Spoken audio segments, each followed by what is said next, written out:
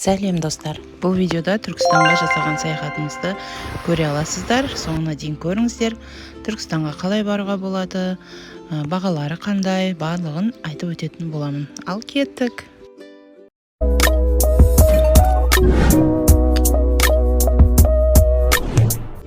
Түркістанды қасиетті Түркістанға жүретін мұғалімдерге бата берейін. Дендерің сау болсын, жортқанда жолдарың болсын, қыдырата болсын жолдасың, еш жамандық болмасын, жортқанда жолдарың болсын. Батамды берейін, үстем болсын мерейін, өздеріңді қашан аман есен көрейін. Жақсылық келіп кетпесін, жамандық келіп жетпесін. Қыдыр болсын жолдасың, жаратқан ем қолдасын. Адал болсын алғаның, аман болсын молданың. Дастарханың бай болсын, ниетің соған сай болсын. Жортқанда жолдарың болсын, ай беріп аман қайтыңдар. Құда қаласында шофырымызға қуат берсін. Осылайша папамның батасын алып жолға шықтық. Шардара жолмен жүріп өттік. Шардараның осындай керемет суына тоқтап, бір демалып алдық. Шардараның суына келдік. Дауысы зор, я? Дауысы күшті.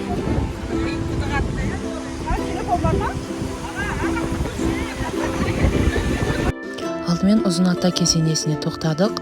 Ұзын Ата 14 ғасырда өмір сүрген Ақсақ Темірдің кеңесшісі болған. Ұзын Ата діни сауаты жоғары, терең ойлы, өте білікті кісі болған екен. Ақсақ Темір соған арнап мавзолей тұрғызған екен. Отырар ауданында орналасқан Ұзын Ата деп аталған жерге келіп қалдық. Бұл жерде осы Ұзын Атаның несі бар, музейі бар екен. Осындай әдемі қылып істеп қойған. Мына жерге ас беретіндер ас беріп істей береді екен.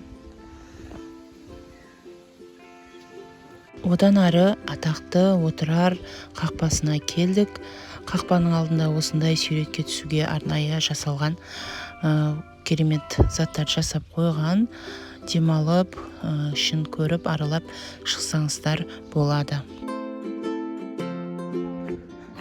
Отырар қақпасына кірудің билеттері 200 теңге ма? Ересектерге 200 теңге, студенттерге 100 теңге. Гид бар екен ағылшын, орыс тілдерінде. Оралдан келген апаларымызбен таныстық. Алматыдан келген апаларымыз. Зухра апамыз. Лайла апамыз. Күшті отырыс болды. Оралдың өзіненсіз ба? Сонау Оралдан, Алматыдан және Қазақстанның басқа да түкпір аймақтарынан осы киелі қасиетті жерлерді, тарихи жерлерді, Отырар, Түркістан сияқты керемет біздің мәдени мұраларымызды көруге Қазақстанның түкпір-түкпірінен келіп жатқан қонақтарды және сонымен қатар басқа да шет елден келген қонақтардың көптеп болуы бізді шыны керек өте қуантты. Бұл Отырар кітапханасы. Отырар кітапханасы моңғол шапқыншылығына дейінгі ең ірі кітапхана болып саналған екен. Отырардың ескі аты Фараб, яғни Фарабтағы бұл кітапхананың негізін салушы Әл-Фараби болып саналады екен. Өкініштісі, моңғол шапқыншылығынан кейін Фараб, яғни қазіргі атаумен Отырар қаласы жермен жексен болады. Сол үшін кітапхананың хал жағдайы әлі күнге дейін белгісіз. Сол үшін бұл Отырарға археологтардың көптеп келуі қарастырылған. Түркістанда түмен бап, Сайрамда бар сансыз бап. Отырарда 30 бап, баптардың бабын сұрасаң, ең үлкені Арыстан бап демекші.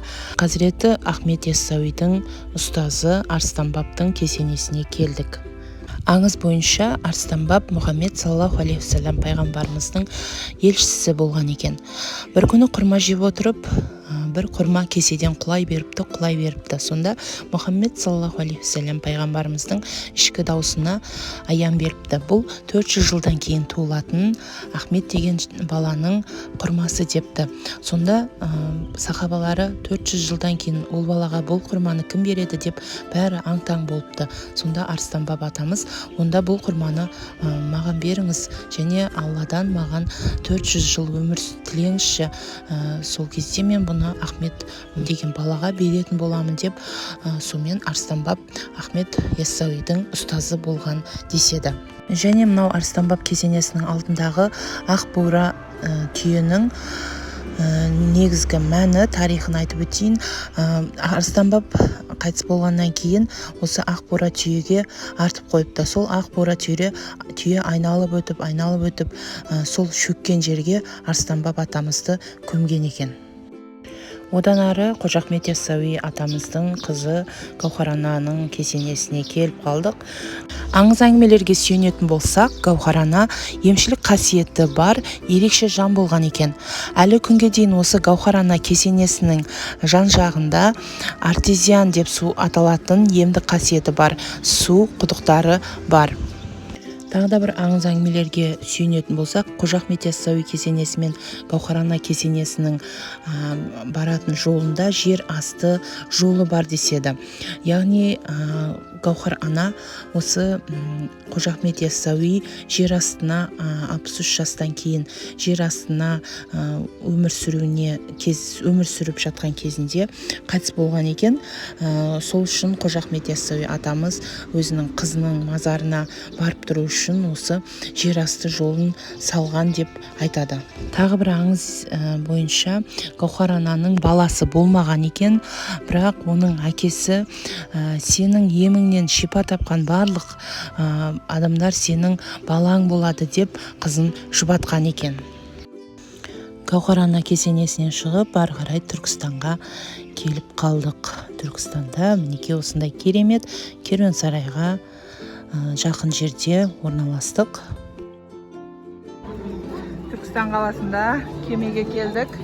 Қазір сағат 8 жарымда мінеміз. Кісі басына 4 теңге, я? 4 теңге, балаларға 2000 ба? Кішкентай балаларға 2000. Та пенсионерлерге ма? Пенсионерлерге 2000. Пенсионерлерге 2000 екен. Бізде бір пенсионер, 2 бала. Ауырғандар жиға соғайды, біреу бесін жиға соғайды. Өте әдемі, керемет. Демалыс болып жатыр.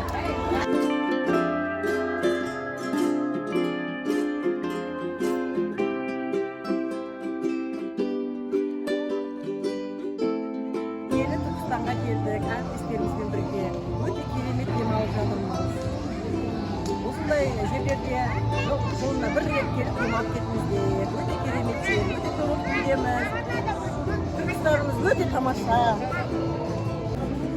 Түркістан қаласына келдік, керуен-сарайға. Өте керемет.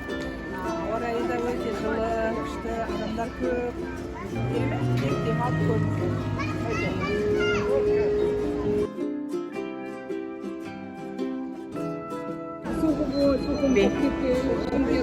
Türkçe yazı fırtına.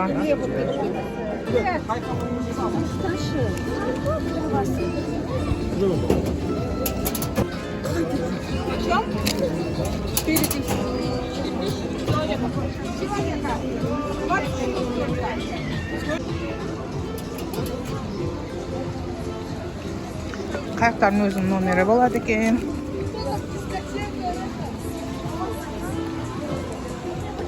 Бей ғой, я?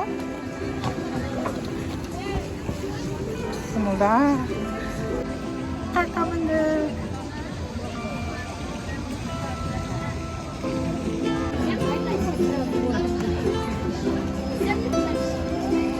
Мақтаралскийлер, келіңдер, тез-тез.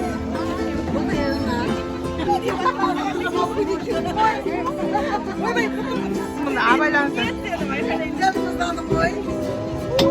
Видео.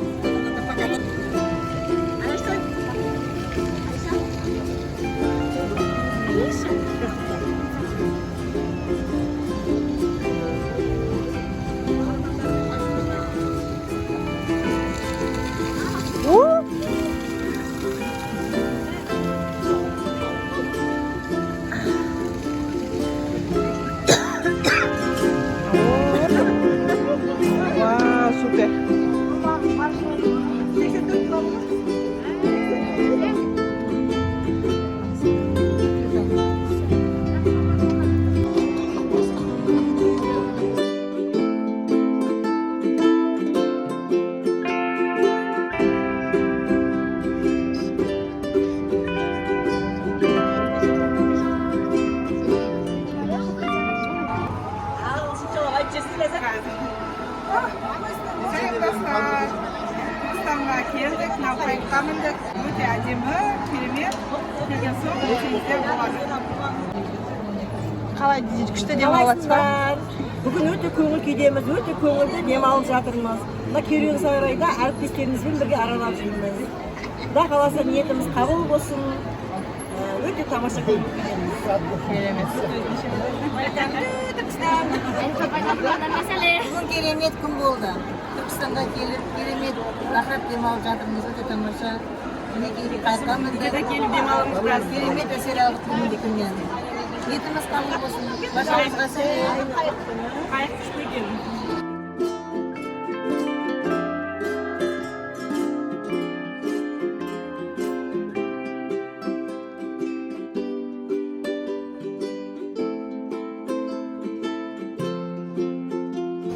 Видео. Тамаша. Тамаша. Күшті. Күшті олықта. Түнгі Түркістан қандай әдемі. Осы жақта қалғым келіп кете береді. Күтіп отырмыз. Фонтан қазір жаным күтіп отырмыз. Дубайдағындай концерт болатын.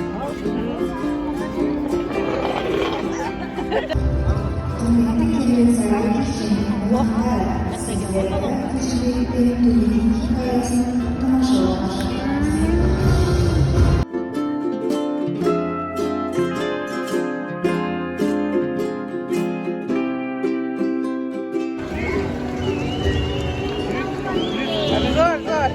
Браво.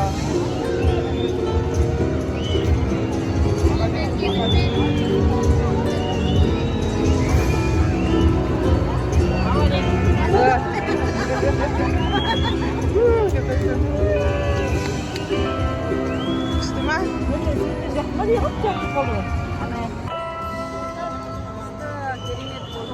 Күшті концерт болды.